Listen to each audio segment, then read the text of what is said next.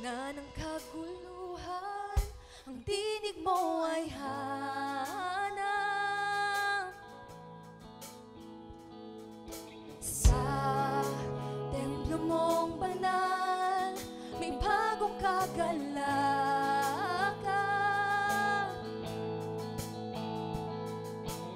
Ang tanging mananatili ay ang iyong sinabi.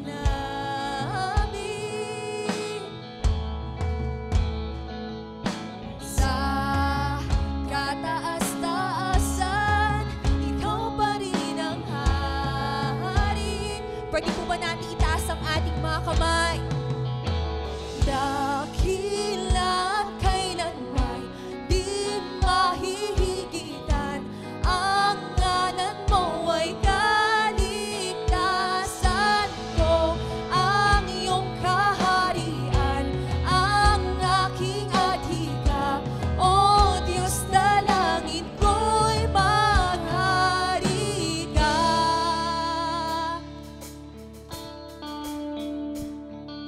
Sa gitna ng kaguluhan, dinig mo ay hanap. Sa templo mong banal, O Panginoon, sa templo mong banal, may bagong kagalakan.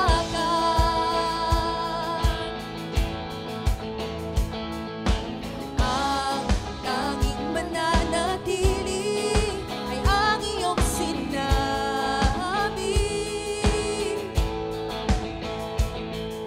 Sa kataas-taasan, ikaw pa rin ang hari. O dakila ka, O Panginoon. Dakila at kailanman di mahihigitan, ang ngalan mo ay kaligtasan ko. Ang iyong kaharian, ang aking adhika, O Diyos, dalangin. Minsan pa, dakila at kailanman di mahihigitan, ang ngalan mo ay kaligtasan ko. Ang iyong kaharian, ang aking adhika, O Diyos, dalangin ko'y maghari ka. O Diyos, nawa ito po ang ating maging panalangin. O Diyos, maghari ka, Panginoon. Maghari ka.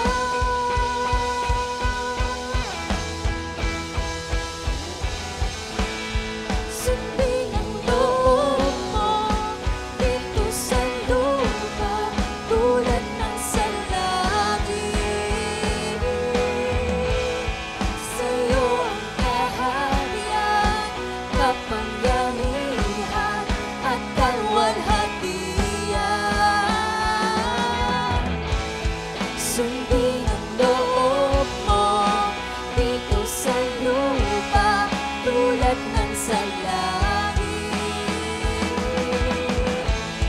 Sa'yo ang kaharian, kapangyarihan at kalwalhatian. Atin po siyang sambahin. Dakila at kailanman di mahihigitan, ang ngalan mo ay kaligtasan ko. Ang iyong kaharian, ang aking adhika, O Diyos, dalangin ko. Dakila at kailanman di mahihigitan, ang ngalan mo ay kaligtasan ko. Ang iyong kaharian, ang aking adhika, O Diyos, dalangin ko'y maghari. Dakila at kailanman di mahihigitan, ang ngalan mo ay kaligtasan ko. Ang iyong kaharian, ang aking adhika, O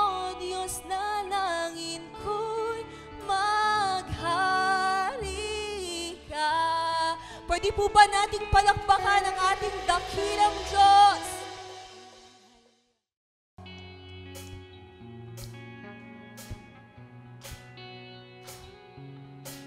Ikaw ang aking pastol, hindi magkukulang, sapat na at higit pa.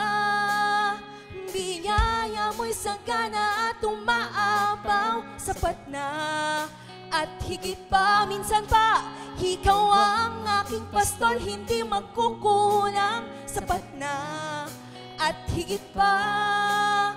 Biyaya mo'y sagana at umaapaw, sapat na at higit pa. Minsan pa, church, ikaw ang aking pastol, hindi magkukulang, sapat na at higit pa. Biyaya mo'y sagana at umaapaw, sapat na at higit pa.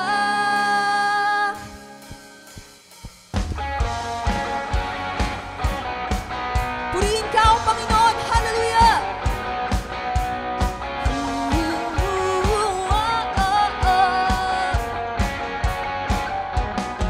Di mangangamba sa kawalan, pagpapala mo'y laging daan. Di matatakot sa panganib, pagkat naririyan ka palagi. Di matitinag sa pagsubok, ang pagsama mo'y tiyak at lubos. Di mapipigil sa pag-awit, pagkat ikaw ay mabuti. Atin pong awitin, pagkat ikaw ay mabuti. Ikaw ang aking pastol, hindi magkukulang, sapat na at higit pa. Biyaya mo'y sagana at umaapaw, sapat na at higit pa. Sapat na sa lahat kong pangangailangan, higit pa sa lahat kong inaasahan. Wala nang mamahiling pa, pagkat ika'y sapat na, ika'y sapat na at higit pa. Hallelujah! Salamat, Panginoon!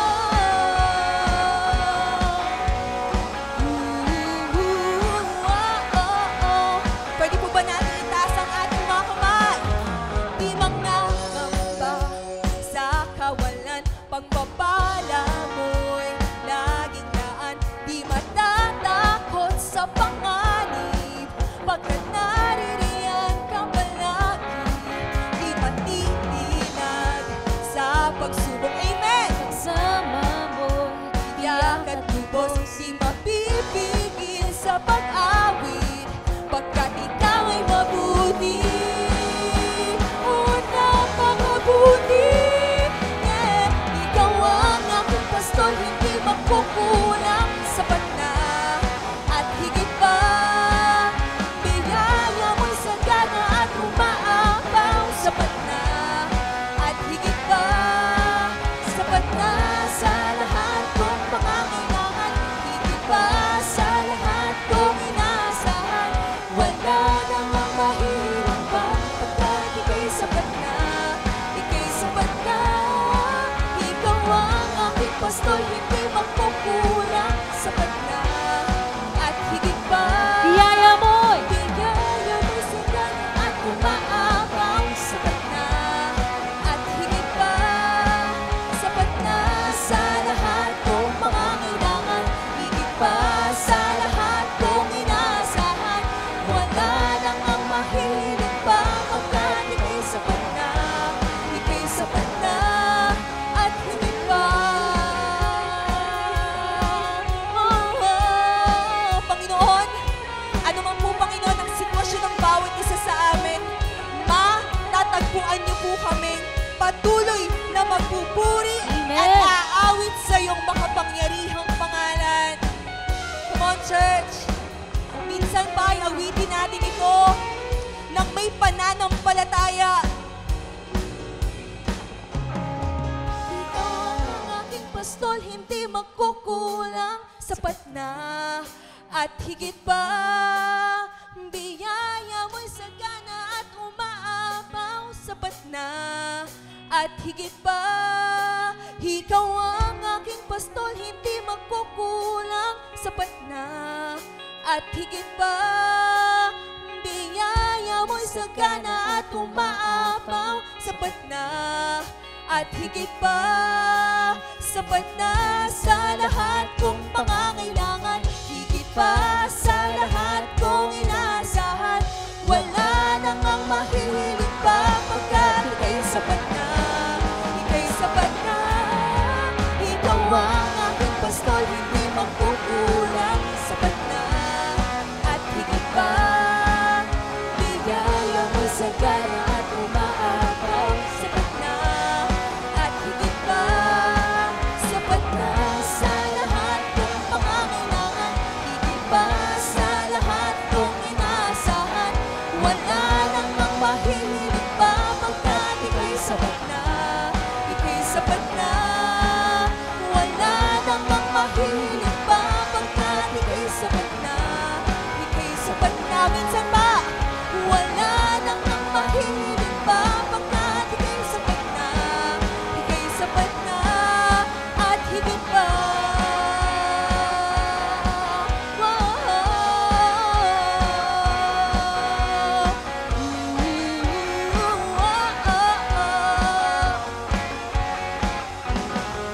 Purihin ka, O Panginoon!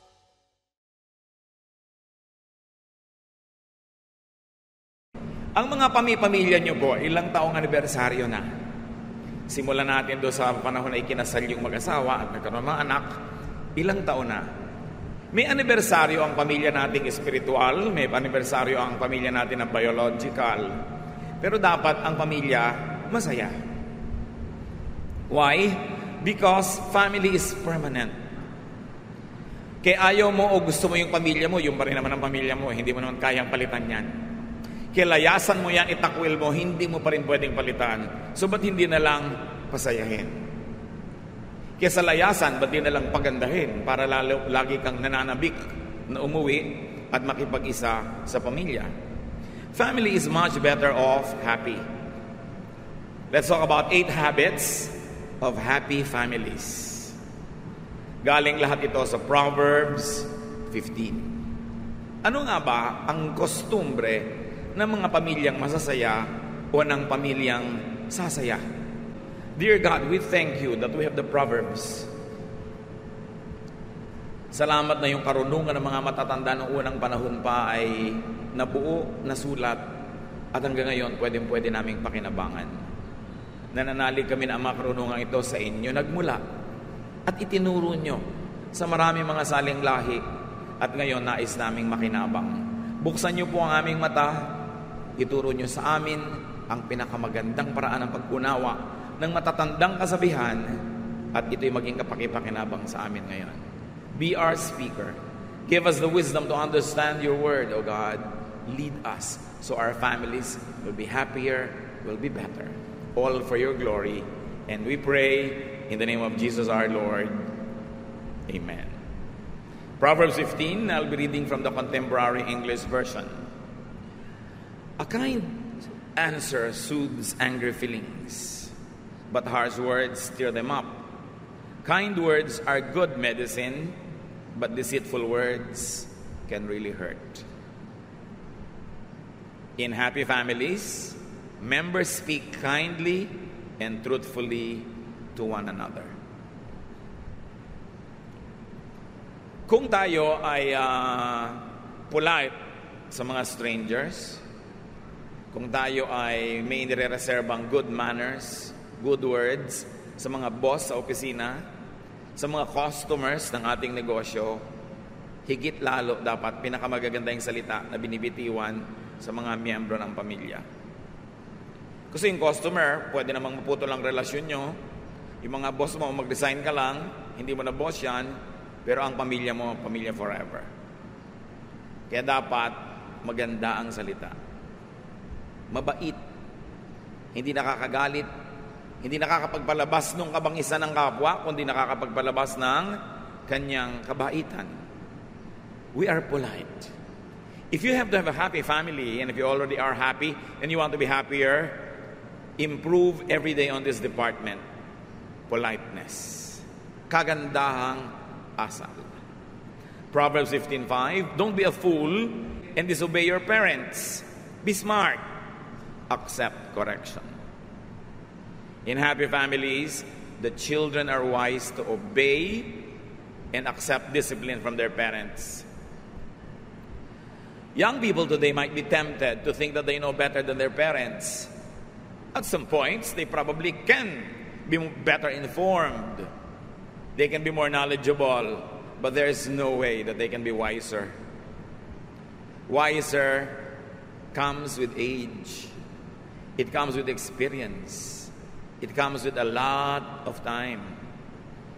Kaya kung minsan, akala ng mga kabataan ngayon, kabalibahas at marami silang access to knowledge, to technology, that they no longer need their parents' advice and discipline. But no. Experience, age, and very especially love makes for excellent guides and life mentors. Dahil mahal ka ng magulang mo, dahil lang doon magtiwala ka na sa kanyang ipapayo. Hindi man perfect ang payo, magkamali man, pero maganda pa rin ang dahilan kung ba't ginagawan ka ng ganyang turo o ganyang disiplina. Proverbs 15:20, children with good sense make their parents happy. No? But foolish children are hateful to them. Pinakita dito kung sino talaga yung matatalinong bata. In the happy families, the children are sensible and the children make their parents happy.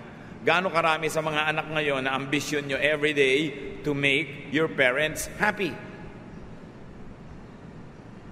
At sabi sa Biblia, ang matalinong anak, pinapasaya niya ang kanyang magulang.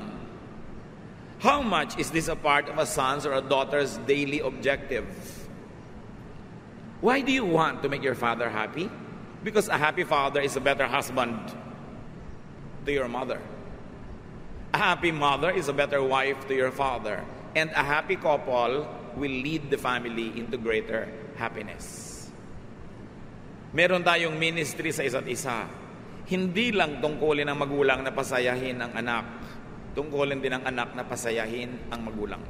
And when everybody is happy or happier, we create a home that we long to go back to all the time. Masaya yung atmosphere. Pinananabik ang uwian, hindi pinagmamadali ang layasan. Of course, in happy families, parents lead and discipline their children, and the parents are united and consistent. How can parents lead and discipline their children effectively? When their children allow and encourage their parents to do so. Dapat ang body language ng anak, sinasabi sa magulang, pwede nyo po akong pagalitan pag mali ako. Pwede nyo akong paluin, iba't ibang degree, depende sa edad, kung ano ang aking pagkakamali. Pwede nyo akong pagsabihan. Pwede nyo akong payagang lumakad o hindi payagan. Dapat yan body language, kinaklarify ng bata. Para yung magulang, bagamat hindi dapat, pero para hindi na mag-alangan kung didisiplinahin ba ang bata o hindi. Alam nyo ba, marami magulang ngayon hesitant to discipline their children because many of them are absentee parents. They have to work in the big city or they have to work in another country and they have very, very few days during the year to spend with their children.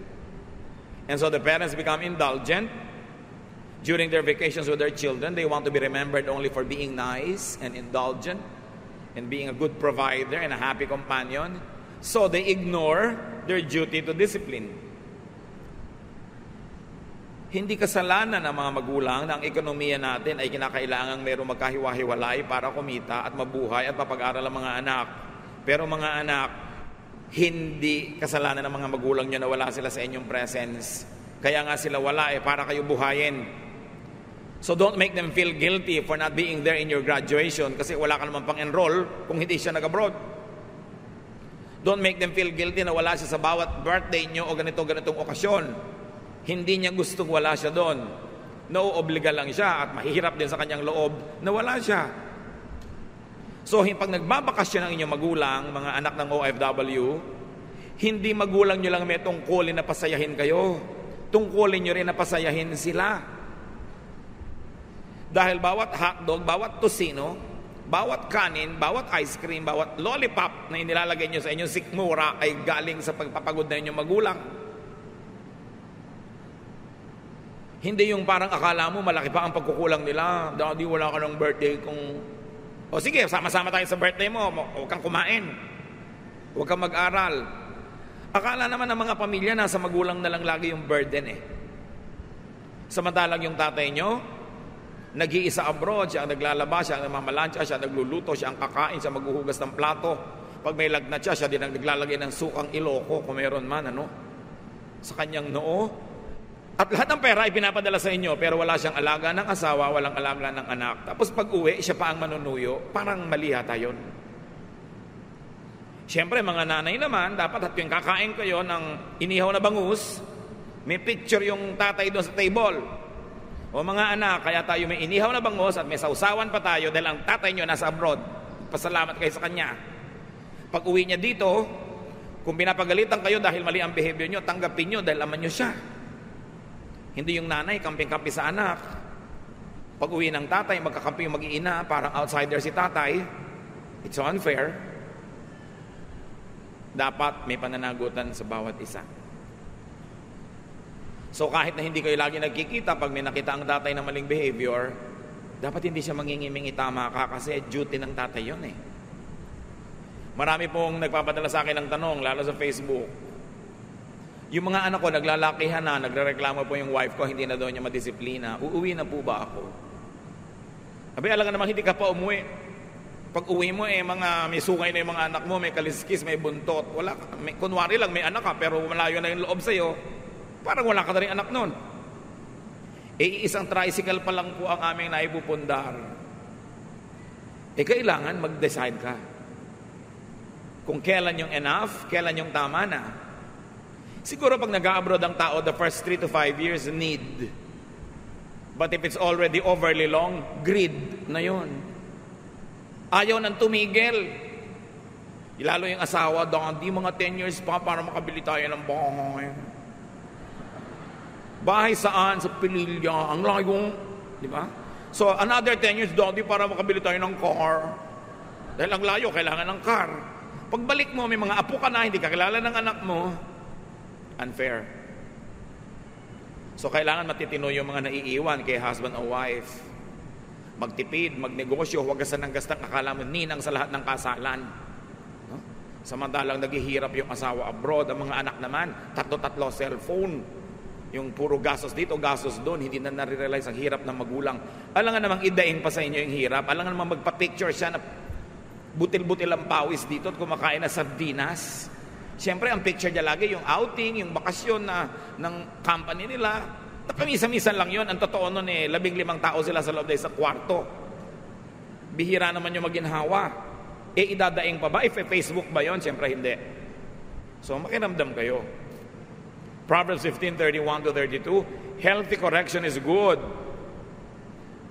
And if you accept it, you will be wise. You hurt only yourself by rejecting instruction, but it makes good sense to accept it. Mga anak ang kausap dito.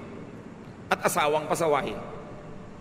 Kuminsan yung anak mo, asawa mo, parang panganay mong anak, siya ang pasaway, no? Lahat may pananagutan para tumino ang pamilya. Hindi lang yung isang matino ang kailangang manindigan para sa lahat ng hindi matino. Maraming hindi alam ang anak. At malalaman nyo lang yan pag magulang na rin kayo. So habang hindi pa rin kayo magulang, hindi nyo pa nalalaman na maging magulang, sumunod na lang kayo. Kasi kung hindi naman kayo mahal ng natatay nyo, dapat hinagis na kayo sa kanal nung bata pa kayo. Dapat nadagan na kayo, tinguupo siya sa silya, hanggang nagkaluray-luray na kayo, hindi na kayo lumaki pa. Kaya kayo nakaabot sa edad nyo na yan kasi mahal kayo. Therefore, magtiwala na lang kayo. Though imperfect, your parents will always want the best for you. Trust your parents. Of course, unless they are mentally insane, which is another case. Kaunti lang yun. Proverbs 15:15-17, the poor have a hard life, but being content is as good as an endless feast. It is better to obey the Lord and have only a little than to be very rich and terribly confused. A simple meal with love is better than a feast where there is hatred. Talino talaga ng mga nagsulat nito. Inspired talaga ng Diyos. Sabi, kung magkakandara pa kayo sa pagpapayaman, pero ang magiging bunga nito ay nagkakagulo ang pamilya nyo. Maghahanda kayo na ang laki-laking handa, ang ganda-gandang handaan, pero nag-aaway-aaway na kayo. Magpapadebo kayo ng anak, ang liit-liit ng bahay nyo, gusto na anak nyo, bumababa sa laki-laking hagdan. So magpapagawa pa kayo ng malaking-malaking hagdan na wala naman pinupuntahan. Para lang siya manaog doon sa tugtog ng musiko niya. Tigilan yung kabaliwan na yan. Magpakasimple kayo para di magulo. Lalo't hindi nyo naman afford. Ngayon, kung afford nyo, gagastos kayo ng 300,000, 400,000 sa party na hindi maaapektuhan ang inyong budget, hindi maaapektuhan ang inyong pagpapaaral sa mga anak, mga babayarin, hindi kayo mangungutang, di umarya kayo. Pero kung uutangin nyo lang, magkakadabuhol-buhol ang mga budget nyo para lang kayo magpasikat, so niya, a simple meal is better than a feast where there is hatred. Go for the simple when the complicated will hurt family life. Pagka sobra na yung matataas ang mga pangarap na hindi mo na maabot kahit anong tiyad ang gawin mo, bababaan ang pangarap. Dapat realistic. Huwag makikipag-compare sa pinsan, sa kapatid, sa kamag-anak, sa kapitbahay. Magtataka ka naman talaga, merong nyugan, ang kapal-kapal ng mga nyug at mga puno, biglang may bahay doon na mukhang sa Mediterranean talaga. Siguro, marino ang anak niyang magulang na yan. At bakit siya nagpagawa na laki-laking bahay? Kasi yung kumari niya sa kabila nagpapagawa, marino na yung anak. So unahan sila sa pag-text sa anak, anak, kulang pa tayo ng bubong. Anak, kulang pa tayo ng galige. Paano naman yung ipinagawa nyo kasi laki na simbahan? Hindi naman talaga naging Mediterranean, kundi Medyo-Terranean lang ang itsura. Simpleng-simpleng bubong, 5 layer. Nakakita na kayo ng mga bahay ba ngayon na parang walang wala sa lugar? Simpleng-simpleng bubong, pero ang dami mga sub-bubong na letter A na ganon. Yung para mga bahay ni Dracula. So, bakit ang dami mga layer-layer ng bubong? Saan nakuha to? Nagkausu-usuhan, nagkagaya-gayahan yung kapitbahay. Lumalaki tuloy ang gasto sa yero. Sa halip na simple na lang. So go for the simple. There is great godliness in contentment. For we brought nothing into the world, and we cannot take anything out of the world. Hindi natin tinatanggalan ng mga kapatiran natin ng pangarap, pero ibagay sa realidad ang pangarap. Pagdugtungin ang langit at lupa, hindi yung nakalutang ka para abutin mo ang ulap, pero hindi ka na nakatungtong sa lupa. Dahil babagsak at babagsak ka. Proverbs 15:27, being greedy causes trouble for your family. So kailan titigil? When will we say enough is enough? Kailan natin sasabihin sa daddy nyo, anak, na huwag na siya mag-abroad, magsama-sama na tayo dito uli? Kailan natin papauwi ng nanay mo na 20 years ang nag-aalaga ng anak ng iba, hindi man alagaan ng mga sariling anak, dahil sa pangangailangan. Again, hindi natin sinisisi yung mga yon dahil talagang gusto lang nila makapag-provide. But when is enough? Dapat merong usapan kung kailan yung enough. Dahil hindi na uubos ang gastahan. Pag napag-aral mo ng mga anak mo, biglang mag-aasawa yon, may apo ka na naman ngayon, apo mo naman ngayon na pag-aaralin mo. Hindi ka na, makakauwi dito ng buhay. Malamig na bangkay ka lang uuwi dito. So, kailangan merong hangganan. Pero maiba ko, kung gusto niya na maraming letter ang bubong nyo, bahala kayo. Total taste nyo lang naman yan. Ano? Kaya lang magastos talaga sa yero. In happy families, members value simplicity over extravagance. When running after wealth would lead to ungodly confusion and quarrels. Or when the strife to be very wealthy leads to the disintegration of the family. Yung unity ng pamilya nyo, pagsasama-sama nyo, yung pa rin ang pinakamahalaga. Mga kapatid, mahal man at murang pagkain ang ilagay nyo sa sikmura nyo, ganun din ang ending. Kumain kayo ng 100 na pesos na set budget meal at gumastos kayo ng 100 or 1,000 per person in a fancy restaurant, yun pa rin ang ending sa Poso Negro. Yun din yun. So pamisa-misa lang dapat yung mga ganyang activities. 5 man o 50 ang inyong underwear, ganun pa rin yung katawan nyo. Isuot nyo man yung mahal o hindi mahal, yun pa rin ang ending. So ibagay natin sa ating mga kakayanan para hindi sobrang mabigatan yung naghahanap buhay. Proverbs 15:18, another habit of a happy family. Losing your temper causes a lot of trouble, but staying calm settles arguments. In happy families, members keep calm in potentially explosive situations. Mainit ang ulo ng nanay mo, lamigan mong ulo mo, baw, bukas ka na mag-init ng ulo mo kung talaga mang valid yan. Mainit ang ulo ni wife, wala namang masyadong dahilan si husband para mag-init ng ulo, baw. Gayahin natin ang kawayan, nagbabaw pag malakas ang hangin para hindi mabalik. So kitang-kita mo na talagang masama ang mood ng isang member of the family, huwag salubungin. Huwag niyong patunayan na mas kaya niyo na magsumigaw at mas malakas pa sa sigaw niya dahil walang magayaring mabuti. Pag nararamdaman niyo na uuwi sa argumento ang isang usapan, bite your lips, stop talking, wait for a more quiet and subdued moment to plead your cause. Gaano man kahusay, karunungan sasabihin mo, pero kung wala naman nakikinig dahil mainit ang ulo niya at sumisigaw siya, what's the point in speaking? Palampasin. Mas matindi ang galit, ang mood, mas mabilis mawala, parang ulan.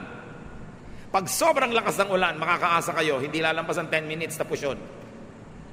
So pag gano'n na gano'n, very intense ang feeling ng member ng family, hayaan nyo lang mag-express.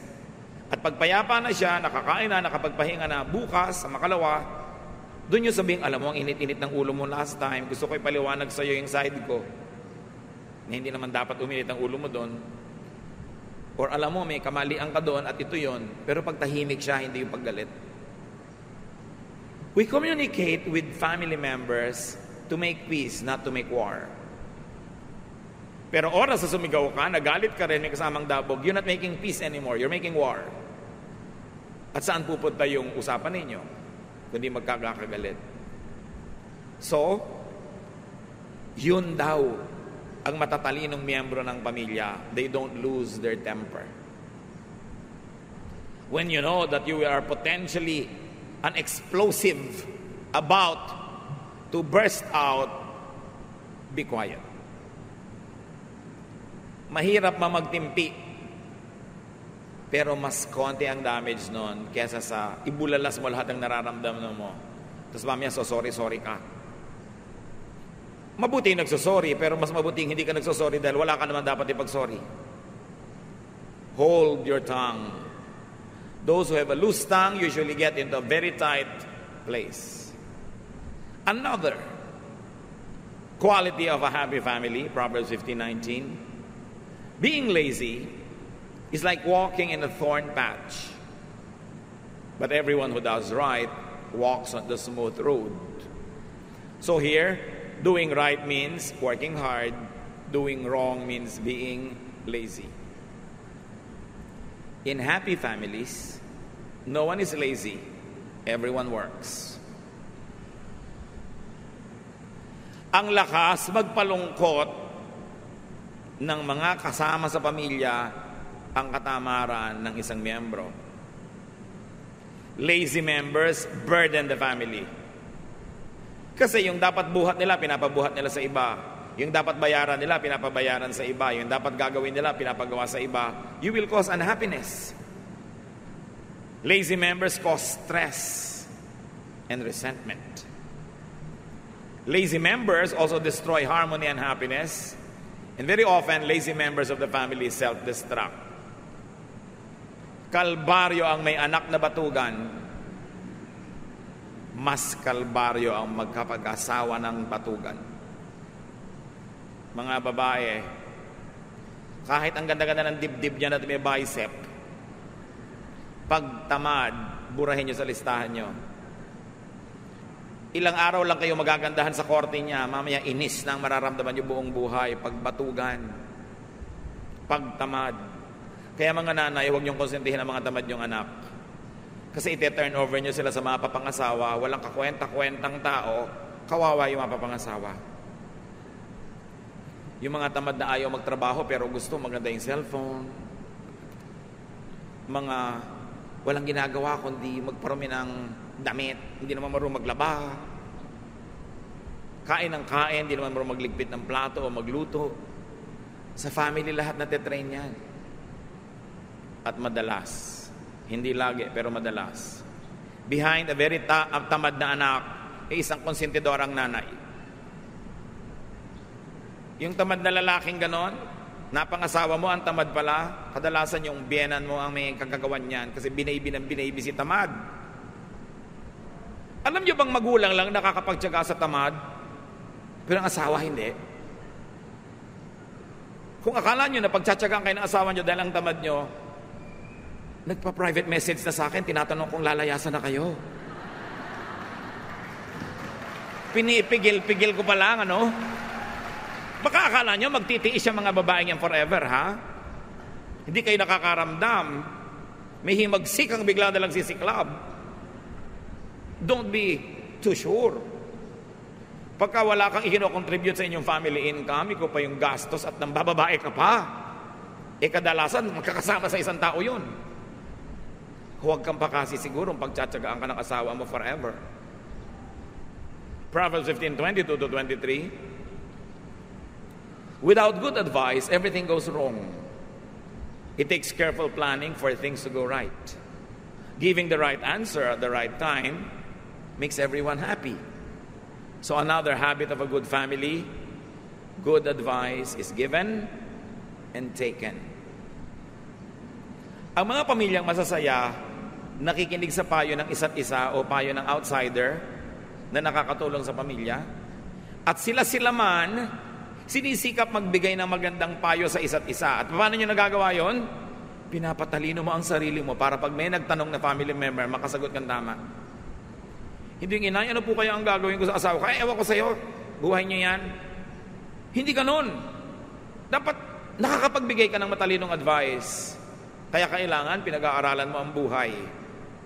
Pinag-aaralan mo ang salita ng Diyos. Nag-o-observe ka para pagkailangan ng katalinuhan, may makatas naman sa'yo. Tungkulin ng bawat isang miyembro ng pamilya na magpakatalino. Kasi bawat isang hindi matalino, pabigat. Tayo naman kasi mapagmahal sa mga kamag-anak, lalo immediate family, hindi naman natin talaga tinatapon. Anong ginagawa natin? Pinagtsatsagaan nating pasanin. Hirap na hirap ka, pero pinagtsatsagaan mo, ito ba ang gusto natin ibigay sa kapwa natin sa pamilya na mahirapan dahil sa atin? Dapat nahihirapan lang sa atin dahil sobra ka pang bata o sobra ka ng matanda kaya hindi mo na maalagaan ang sarili mo. Pero pag nasa gitna ka nun at malusog ka naman, hindi ka dapat problema, hindi ka dapat pasanin. Kasama ka sa lumulutas ng suliranin, hindi ikaw ang suliranin. This is what godliness is all about. So in happy families, that's what happens. Good advice is given and taken. And their diligent search for wise advice produces happiness. Pagka nalulutas sa mga suliranin, lumiliwanag ang madilim, tumutuwid ang liko, ang kasunod nun, kasiyahan, kapahingahan. Proverbs 15:24-25. All who are wise follow a road that leads upward to life and away from death. The Lord destroys the homes of those who are proud. So in happy families, humility is prized and practiced. Hindi masaya ang pamilya na mayayabang ang miyembro. pataasan, payabangan, patigasan ng loob, patagalang hindi kikibo, hindi sasaya ang ganong pamilya. Ang sumasayang pamilya, yung una-unahan sa pagpapakumbaba. Pag may mali, una-unahan sa pagsusori. Pagka nagtampo, una-unahan sa pagkalimot ng tampo para ma-restore ang relationship. Ganon ang kasiyahan. Hindi yung gustong-gusto mo nang kausapin yung kapatid mo, pero mauna siya. Pag nakaramdam ka na gusto mo na, kahit di pa siya mauna, unahan mo na, dahil siguro inaantay din niya, mauna ka eh. Kaya ang sinasabi sa Bible, outdo one another in doing good. Not in doing bad. Kung magko-contest kayo sa loob ng pamilya, contest, pabaitan, paiksian ng pagtatanim ng sama ng loob, padali ang makipagbati kung nakipaggalit man. Even to outsiders. Ang isang taong mayabang, mapagmataas, kahit sa outsider, pabigat yon sa pamilya niya. Why? Kasi may makakalaban ka sa labas. Pag inattack ka nun, tinaga ka halimbawa, di ba pamilya mo rin magpapa-hospital sa'yo, dadalaw sa'yo? Pag ang yabang-yabang mo sa pinagtatrabahuhan mo, tinanggal ka sa trabaho, wala ka ngayong pera, di ba pamilya mo na naman magsusupport sa'yo? May nakaaway ka, nakipagbabag ka, nakita ng kuya mo, di ba dadamayan ka rin kung binubugbog ka na doon sa labas? So pag mayabang ka, tatandaan mo ito, ipinapahamak mo ang pamilya mo dahil tutulungan at tutulungan ka nila pag nalagay ka sa gulo. Kaya nagpapakumbaba ka rin kahit sa labas, para ang uwi-uwi mo sa pamilya mo, mga kaibigan, hindi kalaban. Kawawa yung mga miyembro ng pamilya na mayroong mga basagulero, mga kapatid. Mga kapatid na chismosa, mga napapaaway dito, napapaaway doon, dahil madadamay at madadamay ang lahat. So humility is prized and practiced, and therefore the family receives God's favor and protection. Ang yaman itong Proverbs 15. Halimbawa, verse 30, a friendly smile makes you happy, and good news makes you feel strong. Di ba? Pag nangingitian tayo, nakakarinig tayo ng magandang balita, nakakapagpalakas, hindi lang ng katawan, kundi ng loob. So in happy families, cheerfulness is valued and practiced.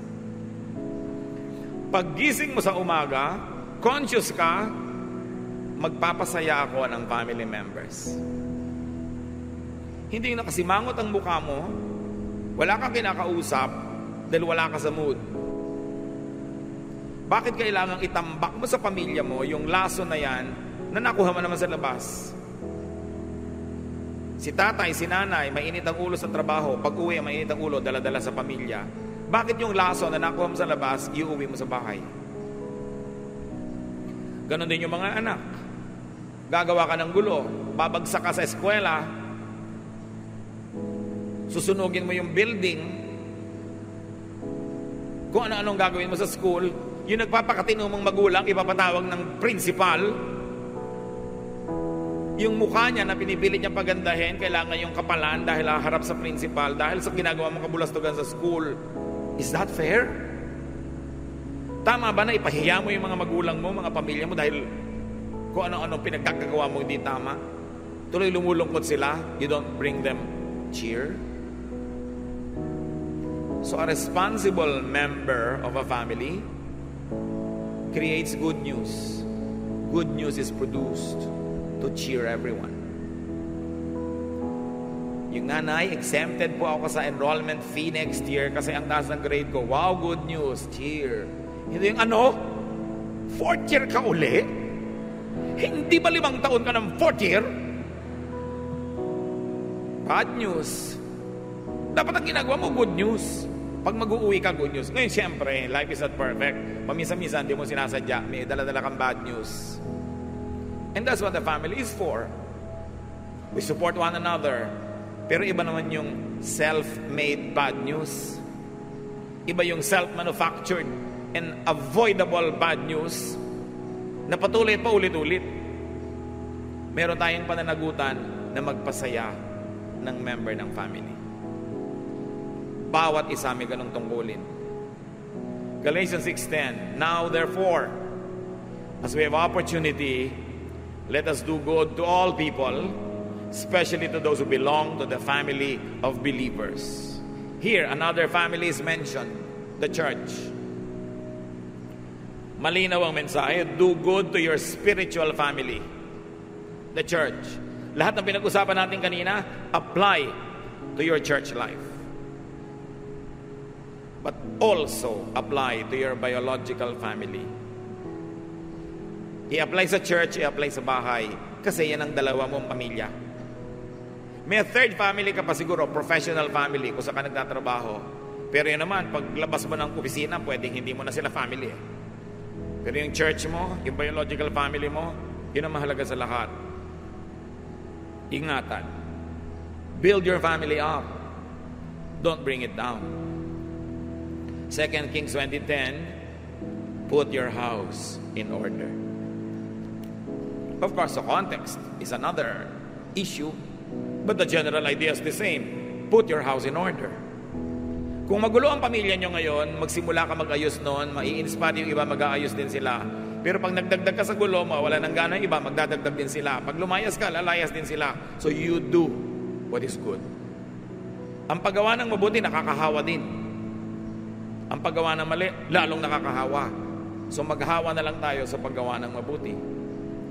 Nung hinahanap ng Diyos ang kapatid ni Cain sa Genesis 4:9, Cain answered, am I supposed to look after my brother? Of course, yes. Yun ang expected answer. So you want a happy family? Do your part. Do your part. Hindi ka lang pwedeng recipient. Dapat giver ka rin. And then get your share. That's your reward for doing your part. So examine your contribution to your family. Kung may mga family members na kailangan na natin patawarin dahil sa marami na nilang mga error, patawarin na natin para magsimula uli. Reset the readings to 0. Huwag sa negative. Kung may na-realize tayong dapat natin gawin, gawin. Na-realize na dapat tigilan gawin, tigilan. Because we all want a happy family. Kahit yung family mo, yung binuo mo lang na pamilya dahil wala ka ng biological family inabutan, ulila ka o kung ano man yun, kung ano yung pamilya mo ngayon, di yun ang pamilya mo, the same things apply. Do your part. Obey God. Lumagay sa lugar at magkakaroon tayo ng mas masayang buhay. Panginoon naming Diyos, gustong-gusto ng bawat isa na magkaroon ng masayang pamilya. So turuan mo kami kung paano kami kikilos para maging positive influence kami sa buong family.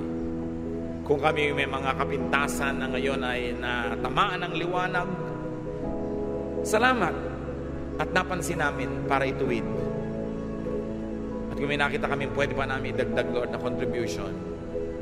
Empower us so we can be agents of peace, agents of goodness and godliness, agents of your Son, Jesus.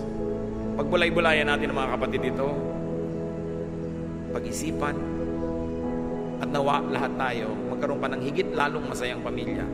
Mas buo, mas makabuluhan, at mas nasasandalan ng isa't isa. Dear Lord, as we ponder Proverbs, teach us to do our part.